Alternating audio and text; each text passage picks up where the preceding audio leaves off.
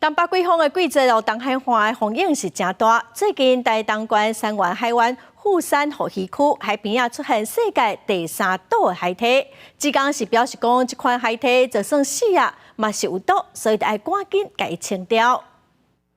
即马东北季风真强，台东三湾富山河溪区，在志工这几天啊发现海沙坡啊顶悬出现这种风号做是世界第3岛的无海体。这死去的海体就亲像蓝色的气泡，志工逐工早起巡逻拢会去清，因为这种海体死去了后也是有毒性。我会跟他告知说，小孩子如果好奇以为是泡泡的话，不要去摸，因为